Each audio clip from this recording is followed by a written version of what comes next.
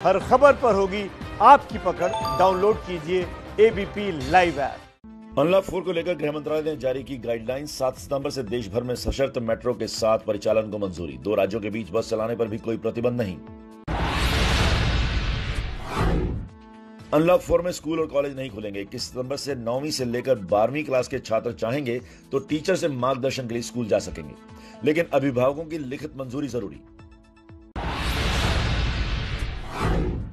Cinema hall और swimming pool पर फिलहाल पाबंदी। 21 सितंबर से ओपन थिएटर खुल सकेंगे। कंटेनमेंट जोन में पहले की तरह लागू रहेंगे नियम। अनलॉक 4 की गाइडलाइंस में रैलियों को मिली इजाजत। फेस मास्क और सामाजिक दूरी के नियमों का करना होगा पालन। रैली में अधिकतम 100 लोग ही शामिल हो सकते हैं। लॉकडाउन लगाने से जुड़े फैसले अब राज्य सरकारें खुद नहीं ले सकेंगी। गृह मंत्रालय से लेनी होगी इजाजत। कांग्रेस अध्यक्ष सोनिया गांधी ने छत्तीसगढ़ के सीएम भूपेश बघेल को नए विधानसभा भवन के शिलान्यास के मौके पर बधाई दी। सोनिया ने इस दौरान बीजेपी पर हमला बोला। कहा, देश में हिंसा और नफरत का जहर घोला जा रहा है। दिल्ली में आप पार्टी के कार्यकर्ताओं ने पटपड़गंज में एमसीडी दफ्तर के बाहर हंगामा किया। स्वच्छता रैंकिंग में एमसीडी के खराब प्रदर्शन को लेकर की नारेबाजी। राज्यसभा के लिए बीजेपी उम्मीदवार जफर इस्लाम ने दाखिल किया नामांकन। इस मौके पर बीजेपी प्रदेश अध्यक्ष स्वतंत्र देव सिंह, स्वामी प्रसाद मौर्य समेत कई मंत्री मौजूद रहे। यूपी में अमर सिंह के निधन के बाद खाली हुई है सीट। पीएम मोदी ने वीडियो कॉन्फ्रेंसिंग के जरिए रानी लक्ष्मीबाई केंद्रीय विश्वविद्यालय का उद्घाटन किया। इस दौरान पीएम ने छात्रों को भी संबोधित किया। बिहार चुनाव को लेकर बीजेपी के राष्ट्रीय अध्यक्ष जेपी नड्डा की अध्यक्षता में बिहार के सांसदों की अहम बैठक हुई। हर सांसद सितंबर में हर दिन 2 पंचायत का दौरा कर चुनाव की तैयारियों को आगे बढ़ाएंगे। बिहार चुनाव में सीट बंटवारे से पहले पासवान की पार्टी ने नीतीश पर बढ़ाया दबाव। चिराग पासवान ने 119 संभावित उम्मीदवारों के साथ बैठक की। आरजेडी नेता तेजस्वी यादव ने सीएम नीतीश कुमार को बताया झूठा। बोले, झूठे सीएम पर जनता कैसे कर सकती है भरोसा। पटना में सरकारी आवास छोड़ते समय श्याम रजक ने नीतीश सरकार पर हमला बोला। पूछा, सरकार बताए, जब नीतीश कुमार ने सीएम पद छोड़ा था तो क्या क्या सुविधा ली थी। 1 सितंबर से 6 सितंबर तक चलेगी जेईई की परीक्षा। परीक्षाओं के सेंटर की संख्या में बढ़ोतरी के साथ साथ 2 पारियों में आयोजित की जाएगी परीक्षा। देश भर में एक शिफ्ट में 660 केंद्रों में 85,000 छात्र देंगे परीक्षा। ओडिशा सरकार ने राज्य के उन 7 शहरों से लॉकडाउन हटा दिया है जहां जेईई और नीट की परीक्षा होने वाली है। छात्रों के लिए फ्री परिवहन सेवा और रहने की व्यवस्था भी सरकार करेगी। एलजेपी अध्यक्ष चिराग पासवान ने सीएम नीतीश कुमार को लिखी एक और चिट्ठी। नीट और जेईई परीक्षा स्थगित कराने का मुद्दा केंद्र सरकार के सामने उठाने की मांग की। नीट जेईई की परीक्षा स्थगित कराने की मांग को लेकर दिल्ली में 4 दिनों से अनशन पर बैठे एनएसयूआई के राष्ट्रीय अध्यक्ष नीरज कुंदन की तबीयत बिगड़ी। पुलिस ने अस्पताल में भर्ती करवाया। कांग्रेस सांसद गुरजीत सिंह औजला ने केंद्र से जेईई नीट परीक्षा स्थगित करने की मांग की। कहा, सरकार को समझना चाहिए, जान से बढ़कर कुछ भी नहीं है। कांग्रेस नेता गुलाम नबी आजाद की टिप्पणियों को लेकर यूपी के नेताओं के हमलावर तेवर बरकरार। निर्मल खत्री ने साधा निशाना। कहा, जब जब यूपी के प्रभारी बनकर आए कांग्रेस का सत्यानाश हुआ। कांग्रेस महासचिव प्रियंका गांधी शिमला के छराबड़ा के अपने घर में छुट्टियां मना रही हैं। शनिवार को पति रॉबर्ट वाड्रा भी पहुंचे। 30 अगस्त तक प्रियंका के रहने की संभावना थी, अब आगे बढ़ सकती है। राजस्थान के नवनियुक्त कांग्रेस प्रभारी अजय माकन आज देर शाम जयपुर पहुंचेंगे। माकन कल सीएम अशोक गहलोत, सचिन पायलट, पार्टी के अन्य मंत्री और विधायकों से मुलाकात करेंगे। पंजाब में सीएम अमरिंदर सिंह और कांग्रेस के राज्यसभा एमपी प्रताप सिंह बाजवा में झगड़ा और बढ़ा। बाजवा ने 55 करोड़ के स्कॉलरशिप स्कैम में कैबिनेट मंत्री साधु सिंह का मांगा इस्तीफा। कैप्टन ने कहा, बाजवा पर भी कई गंभीर आरोप। 2 दिन के वाराणसी दौरे पर हैं यूपी के सीएम योगी आदित्यनाथ। काशी विश्वनाथ मंदिर में दर्शन करने पहुंचे। बीएचयू में कोविड मरीजों के इंतजाम को लेकर की समीक्षा बैठक। यूपी के औरैया में बीमा एजेंट मनोज दुबे का शव मिलने के बाद राजनीति तेज। प्रदेश कांग्रेस अध्यक्ष अजय कुमार लल्लू ने कहा, राज्य अपराधियों का चारागाह बना, सरकारी मशीनरी फेल।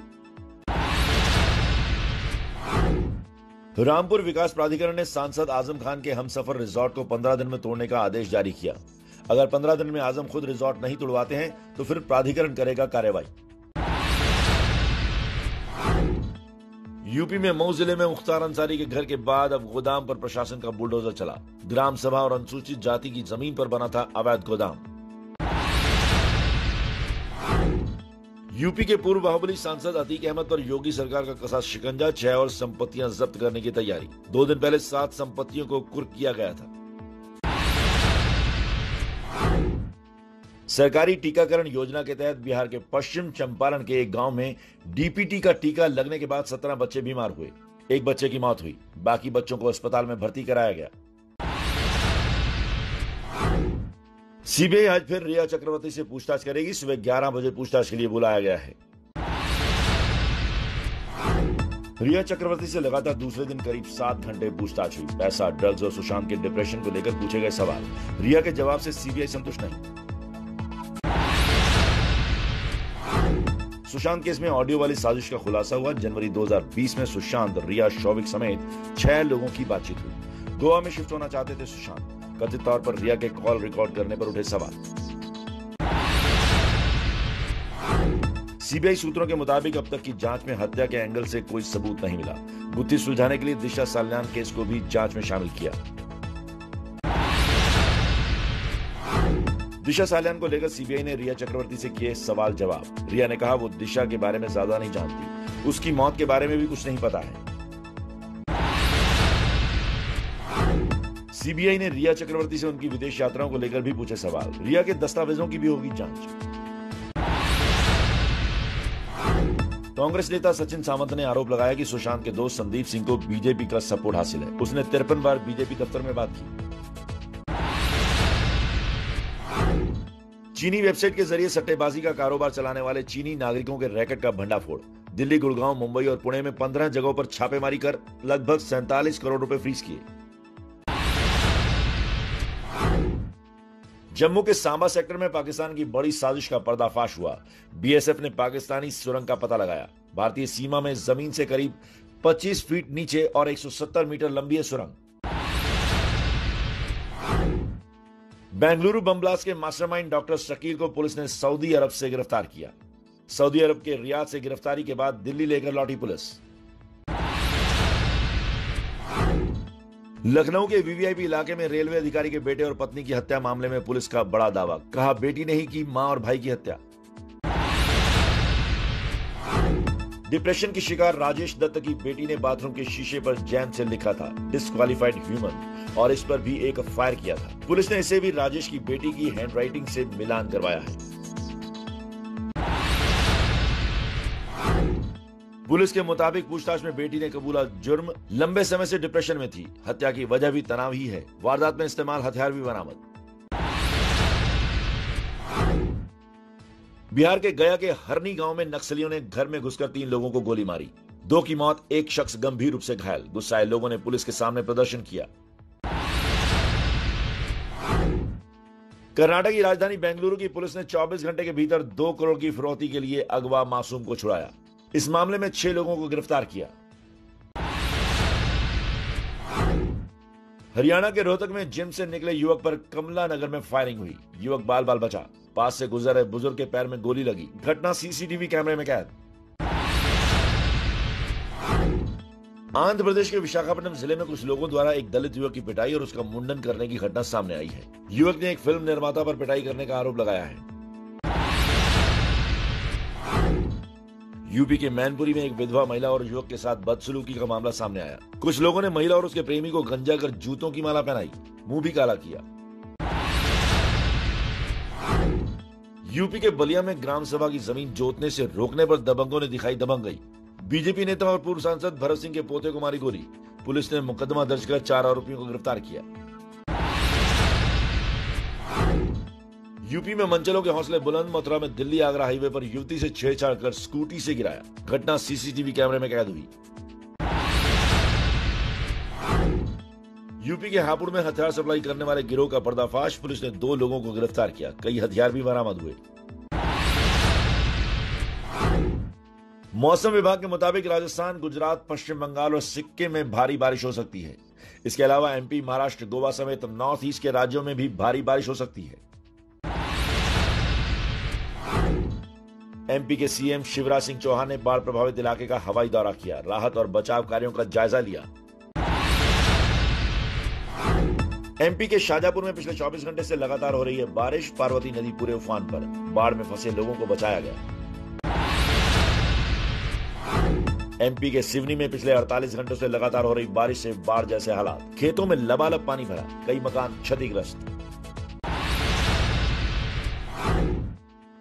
एमपी के सीहोर में लगातार हो रही बारिश से नर्मदा नदी उफान पर, तटीय इलाकों में बाढ़ का खतरा मंडराया, प्रशासन अलर्ट पर। एमपी के बालाघाट में पिछले 36 घंटों से हो रही है लगातार बारिश, रोजी रोटी के लिए लोग जान की बाजी लगाकर नदी पार कर रहे हैं। नदी के बीच से लकड़ी लेकर निकलते लोगों की तस्वीर सामने आई। 15 दिन पहले सूखे की मार झेल रहे विदिशा में भारी बारिश से लोगों के घरों में घुसा पानी, बाढ़ में फंसे लोगों को रेस्क्यू ऑपरेशन कर बाहर निकाला जा रहा है। एमपी के होशंगाबाद में नर्मदा नदी का जलस्तर खतरे के निशान से 16 फीट ऊपर, लोगों की बड़ी लापरवाही देखने को मिली, बाढ़ देखने के लिए उमड़ी लोगों की भीड़। एमपी के जबलपुर में लगातार हो रही बारिश ने नगर निगम के इंतजामों की पोल खोली, चारों तरफ पानी से घिरे लोग, बोट्स के जरिए लोगों को रेस्क्यू कराया गया। एमपी के छिंदवाड़ा में सेना के हेलीकॉप्टर की मदद से बाढ़ में फंसे 6 लोगों को सुरक्षित निकाला गया। बाढ़ के हालात के बीच सेना के 3 हेलीकॉप्टरों को बुलाया गया है। एमपी के छतरपुर जिले का मुखर्रा गांव चारों तरफ से बाढ़ के पानी से घिरा, लोगों के घरों में पानी भर रहा है, जिससे घरों में रखे अनाज खराब हो रहे हैं। यूपी के बाराबंकी में सरयू नदी के तटों में कटान शुरू, कटान रोकने के लिए हर साल होते हैं करोड़ों रुपए खर्च, लेकिन हालात जस के तस, कटान के डर से लोग खुद अपना घर तोड़ रहे हैं। प्रधानमंत्री नरेंद्र मोदी आज मन की बात के जरिए देश को संबोधित करेंगे। सुबह 11 बजे होगा कार्यक्रम का प्रसारण। संघ प्रमुख मोहन भागवत पर्यावरण संरक्षण को बढ़ावा देने के लिए आज प्रकृति वंदन कार्यक्रम को संबोधित करेंगे। सुबह 10 से 11 बजे के बीच होगा कार्यक्रम। पूर्व राष्ट्रपति प्रणब मुखर्जी की हालत स्थिर लेकिन गंभीर है। प्रणब मुखर्जी को अभी वेंटिलेटर पर रखा गया है। दिल्ली कैंट स्थित आर्मी रिसर्च एंड रेफरल अस्पताल में फेफड़ों के संक्रमण का इलाज चल रहा है। केंद्रीय स्वास्थ्य मंत्री हर्षवर्धन के नेतृत्व में कोरोना को लेकर ग्रुप ऑफ मिनिस्टर्स की बैठक हुई। कोरोना वैक्सीन समेत कई मुद्दों पर चर्चा हुई। भारत में कोरोना मरीजों की तादाद 34,63,000 से ज्यादा हो चुकी है। पिछले 24 घंटे में 76,000 से ज्यादा नए केस सामने आए हैं। मशहूर गायिका लता मंगेशकर की बिल्डिंग को सील किया गया। बिल्डिंग में 5 कोरोना संक्रमित मरीज मिलने के बाद बीएमसी ने कार्रवाई की। महाराष्ट्र में 24 घंटे में कोरोना से 5 पुलिस वालों की मौत। अब तक महाराष्ट्र में 153 पुलिस कर्मियों की मौत। महाराष्ट्र में 151 नए मामलों के साथ पुलिस में कोरोना का आंकड़ा 14,792 पहुंच गया है। मुंबई में डब्बे वालों ने लोकल सेवा शुरू करने की मांग की। सरकार से 300 रुपए के अनुदान की मांग की है। यूपी के औद्योगिक विकास मंत्री सतीश महाना कोरोना पॉजिटिव, खुद को घर पर ही किया आइसोलेट। ट्वीट कर दी जानकारी। संपर्क में आए लोगों से जांच की अपील। झारखंड के गिरिडीह में यूपी के सांसद साक्षी महाराज को क्वारंटीन में भेजा गया। एक धार्मिक आश्रम आए थे साक्षी महाराज। जिला प्रशासन ने कहा, राज्य के मुख्य सचिव के आदेश के मुताबिक रहना होगा क्वारंटीन। हरियाणा के जेल मंत्री चौधरी रणजीत सिंह कोरोना पॉजिटिव। हरियाणा विधानसभा में सीएम खट्टर और स्पीकर ज्ञान चंद्र गुप्ता समेत कई नेता पहले से संक्रमित हैं। फतेहाबाद में कोरोना सैंपल को लेकर हाई वोल्टेज ड्रामा का वीडियो सामने आया। धारसूल गांव में एक वकील ने सैंपल लेने गए डॉक्टरों के साथ की गाली गलौज और बदतमीजी। पुलिस ने किया मुकदमा दर्ज। दिल्ली में कोरोना संक्रमित मरीजों की संख्या 1,71,000 के पार पहुंची। लगातार तीसरे दिन 1800 से ज्यादा नए मामले सामने आए। करबला के 72 शहीदों की याद में मनाया जाने वाला मुहर्रम आज देश भर में पूरी अकीदत और एहतराम के साथ मनाया जा रहा है। कोरोना के चलते ज्यादातर लोग घर पर ही मजलिस और मातम मना रहे हैं। मुंबई पुलिस की ताजिया जुलूस के दौरान सड़कों पर भीड़ न लगाने की अपील। ट्रक से पहले से तय मार्ग पर शाम 4:30 से 5:30 बजे के बीच जुलूस निकालने की इजाजत। केवल 5 लोग ही हो सकते हैं शामिल। हिमाचल प्रदेश के सीएम जयराम ठाकुर ने अटल रोहतांग टनल के उद्घाटन की तैयारियों का जायजा लिया। 29 सितंबर को पीएम नरेंद्र मोदी करेंगे उद्घाटन। श्रीनगर के बीबी कैंट में शहीद जवान प्रशांत शर्मा को श्रद्धांजलि दी गई। पुलवामा में शनिवार को आतंकियों से लोहा लेते हुए शहीद हुए थे। एमपी के कटनी में दर्दनाक हादसा। उमरियापन में कच्ची दीवार गिरने से 4 बच्चों की मौके पर मौत हुई। इजराइल के प्रधानमंत्री बेंजामिन नेतन्याहू के खिलाफ लगातार 11वें हफ्ते के अंत में रविवार को मध्य यरूशलेम में हजारों लोगों ने प्रदर्शन किया। पुलिस ने बल प्रयोग कर सरकार विरोधी प्रदर्शनकारियों को हटाया। अमेरिकी राष्ट्रपति समुद्री तूफान के बाद इमरजेंसी ऑपरेशन सेंटर का जायजा लेने गए थे। इस दौरान सभी ने मास्क पहन रखा था, लेकिन ट्रंप ने मास्क नहीं पहना। हरिकेन लारा में 16 लोगों की जान गई थी। आमतौर पर शांत समझे जाने वाले दक्षिण स्वीडन के माल्मो शहर में दंगा भड़क उठा है। खबरों के मुताबिक इस्लाम की पवित्र किताब कुरान जलाने की घटना से लोग नाराज हैं। 10 लोगों को पुलिस ने गिरफ्तार किया। आईपीएल से जुड़े अब तक 13 लोग कोरोना संक्रमित पाए गए हैं। दुबई में 1988 लोगों का हुआ है corona test. Royal challengers Bengaluru के कप्तान विराट कोहली ने टीम के साथ ट्रेनिंग में हिस्सा लिया। सोशल मीडिया पर शेयर की तस्वीर।